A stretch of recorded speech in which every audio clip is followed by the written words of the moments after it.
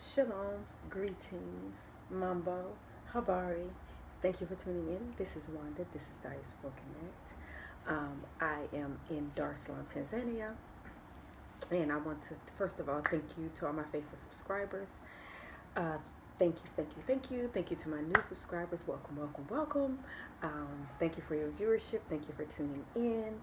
I have left America and repatriated to Dar es Salaam, Tanzania. I have been living here for 2 years and 3 months, and it has been a beautiful experience. But thank you for tuning in.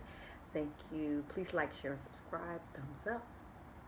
Like, share, and subscribe. I would appreciate it. Trying to get more of my videos into circulation. My subscriber count is going up. So thank you to those faithful subscribers. Thank you for your viewership. I appreciate it. Please hit on the notification button or bell if you want to be notified whenever I upload a new video, whenever I go live. Please do so. I would appreciate it. This is Diaspora Connect Tanzania. I do travel consultations. I assist those in the West who are interested in repatriating back home to Mama Africa, specifically Tanzania and now Zambia. I do travel consultations and repatriation consultations. So I charge a low, reasonable fee of 35 USD per hour. So the information that I provide is public knowledge, but I just advise based on the steps that I've taken. Excuse me, based on the steps that I've taken, I give you advice on how to travel here, how to function here, how to assimilate, how to, I talk about the immigration laws and immigration rules and the different visas. And so I'm no immigration expert, of course, by no means, but I have been here 2 years and 3 months. I know a little bit that I can advise you on. So hit me up at Diaspora Connect 0 at gmail.com, Diaspora Connect 0 at gmail.com, one word, and I will assist you in your repatriation / visit to Tanzania or Zambia. I wanted to do this quick video because I wanted to discuss the need for the diaspora when you do decide to repatriate anywhere to any country. This is for any country, but specifically to Africa. You must become self-aware. You must be self-aware. You must be self-educated. You must educate yourself on all the policies, the immigration laws, what to do, what not to do, and specifically not to depend solely on locals. You must be a little independent when you come. Yes, you need locals to assist you because this is their country and they can give you the odds and ends of, where to go, what to do. But at the end of the day, it is your responsibility to become self-aware. Self-aware, educate yourself on all the laws, rules, and immigration laws and stuff like that, because I notice a lot of diaspora coming here and they're depending on the locals to do a lot for them, to give them advice and all this, but you must be careful for that because you can encounter some scam situations or some lies that may be told to you, because I noticed in business, a lot of the continental Africans, and I have noticed this is across the board. I've only been to like 3 or 4 countries, but I've heard information. I've listened to videos from other diaspora, but it is almost normal to lie in business. When they do business here in the continent, it's kind of like it's known that lies are going to be told. So you must be aware of this. You must have a self-awareness of these things that can occur. You are to be discerning. You just cannot trust everyone. You got to research. You have to pray. You have to ask for guidance and to be led to deal with certain people, to do business with certain people. Listen, watch everything over and over again. You can never do enough research. Compare prices. Compare. Whether you're buying land, whether you're doing business, whether you are partnering with someone, always research, compare prices, talk to other people. Don't just come to the continent and jump right into business, jump right into, just doing things, buying land, So do a little bit more research and just take your time. Give it at least 3 months here without doing any business, buying any land, making any major purchases besides if you want to like purchase a car or if you need furniture or something like that. But as far as buying land and doing business and partnering with people, just take your time. Don't rush into that. And I know a lot of people want to leave the West and they want to come here and, just start, working and getting things set up quickly, but things don't operate here like that on the continent. Everything is slow, and if you tend to try to rush the process, then you could get scammed or run into some people that are not out for your best interest. And that's even if you take your time. That's just a given here on the continent. But I would say try to work on becoming independent, if you can say it that way, on the continent, which we know we need not only locals, but we need to connect with the diaspora who are here on the continent and who have boots on the ground. So try to be self-educated. Educate yourself as much as you can. Talk to people. So not just reading stuff online, but actually talk to people who've experienced different things and compare everything. Everyone's situation is different. So whether you're buying land, whether you are doing business, because even buying land can be tricky, or even, for example, the Gobidia organization in Zambia, chiefs have given land to the diaspora, but even with that, we have to walk circumspectly. We can't just give away all our money. You know what I'm saying? You have to compare prices. You have to be wise.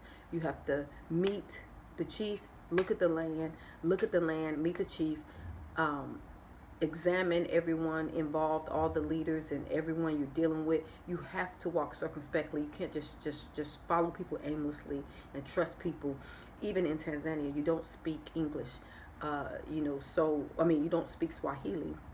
And a lot of the business interactions are with locals who may not speak that good of English, but you can still be self-aware, self-educated. Just know what questions to ask. Think, pray before you give any money. Don't just be so quick to give money to people. Compare. If you want to do a business or register a business and you have an attorney, he gives you a price. Ask about 3 or 4. Ask around people who have businesses. Ask them to refer you to an attorney that work with them or that help them. Like me, I registered a business for the very small amount. It's a local business, and I have a really good attorney that I can refer to people. But if you don't reach out and ask someone, then you're gonna connect with other attorneys that's gonna overcharge you or charge you a lot because you're from the diaspora. They're not gonna give you a fair price. It just is what it is when you do business on the continent. A lot of people lie, a lot of people scam, and even diaspora that have come here to the continent. I'm noticing a lot of them are scammy type because they want to stay. Everybody's out to try to get money. It's like all about money on this continent. And that's one thing I am not used to, being from the West. Yes, we have our issues, but it's not all about money for us. So that's something we have to get used to. It's like a whole nother world when it comes to the love of money. So we just have to, be mindful of this, and just know that whenever you're in a country and it's a high poverty level, it's going to be a lot of money hungriness and, lies being told, lack of integrity, dishonesty, just in certain countries where it's a lot of poverty. So you got to know that is a chance that will happen, and it's a chance that happens in America because it happens there too. But you can't come here so naive. That's basically what I'm saying. Don't come here so naive and just give all your money away, because don't do that. And don't just trust everyone. Check and double check whether you're buying land, especially if you're buying land and building. It's very important to make sure that you do those transactions correctly, and that stuff is you have documentation for land that you purchased, land, go to the Lands Commission, get you the documentation, your paperwork. Whether you register a business, have your paperwork. You got to always have proof that you bought the land, or that you purchased, created a business, or that you partnered with someone. You always have to have paperwork. Don't just go by word of mouth. And then, because it could turn out not really good. So I am learning that myself. I'm just learning that a lot of people make a lot of promises to us as diaspora, and I'm telling you, it's always, we have this project, or we have this program for you, and then we don't have any proof of this. We need paperwork. We need documentation to show that you have this. We can't go by word of mouth like we used to, because people are not trustworthy lately, as from what we've been seeing with the diaspora on the continent, in Ghana and other places, Ethiopia, wherever. So, to my videos are to inform my brothers and sisters in the diaspora, throughout the four corners of the earth, that are interested in moving back to the continent and or visiting or whatever. And if you want to do business, buy land, or come and get free land that was just given away or whatever, my job is to make sure that you're aware of the loopholes that you could encounter, and what I'm realizing as well, because every day I'm learning something different. Even with the Zambia project, I'm learning something different every day. And I'm learning that we must have documentation. I'm learning that we must do our own work. We can't depend on locals to do stuff for us. For example, we need to know the immigration laws. We need to go talk to immigration. We need to find out how we can stay in the country. We can't depend on a local to do that for us, because it doesn't impact them or affect them. So whether they're friends with you and say, I got you, I can help you, no, you need to do it, because if things don't work out with your visa or your passport, then you have to leave, or you are going to be the one that suffer the consequences, not them. So just be aware of this. Don't trust anyone to handle your visa situation, your immigration stuff. You find out yourself. Do the research. Find out which visa would possibly apply to you, whether it's a work permit, whether it's residency, whether it's a retirement visa, the slash income visa, because the retirement visa, a lot of people are getting rid of those.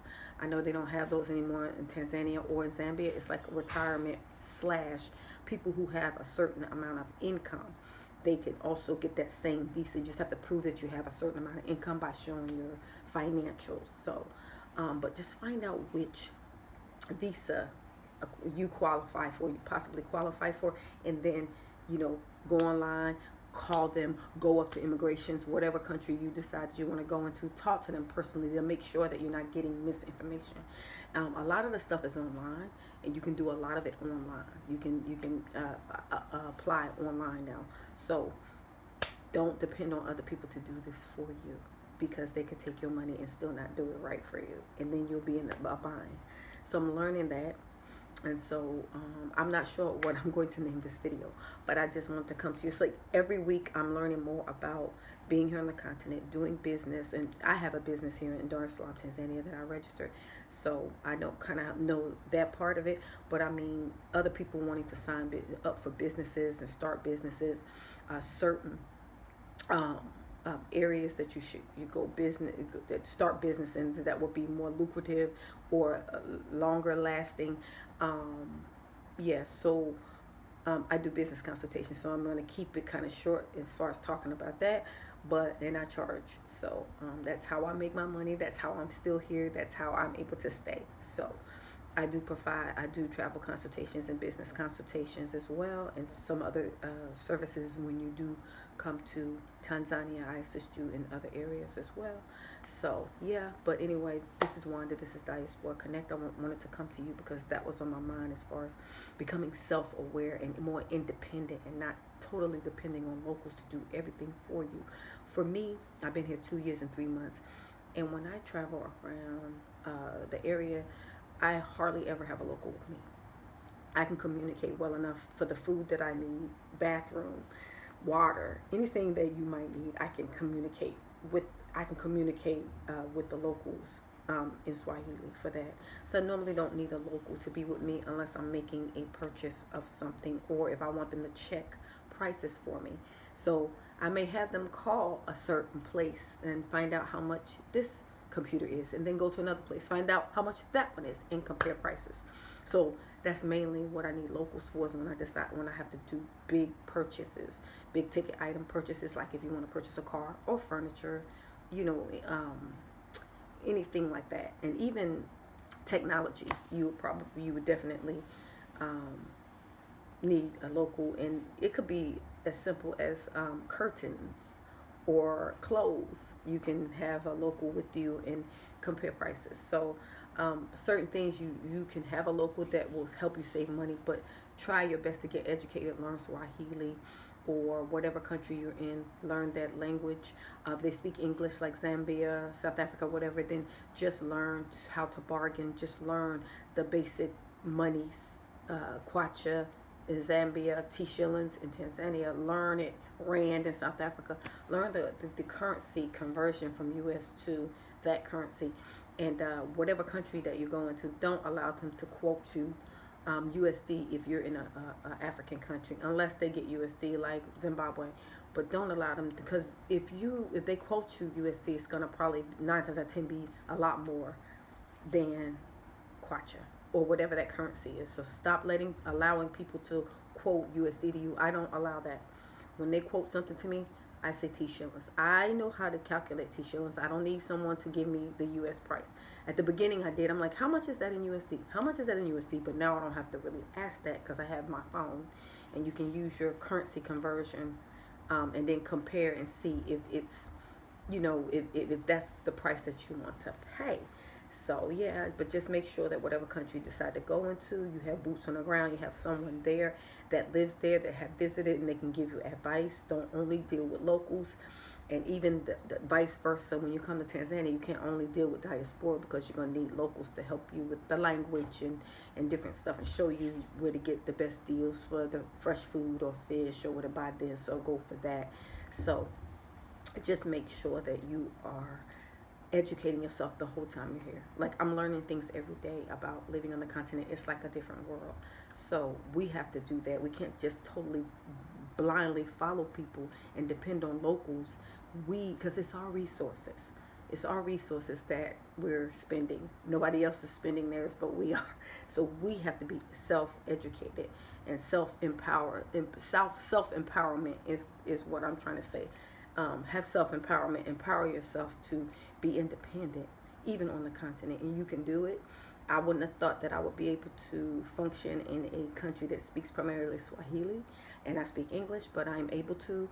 I'm by myself all the time, and I'm able to get everything I need.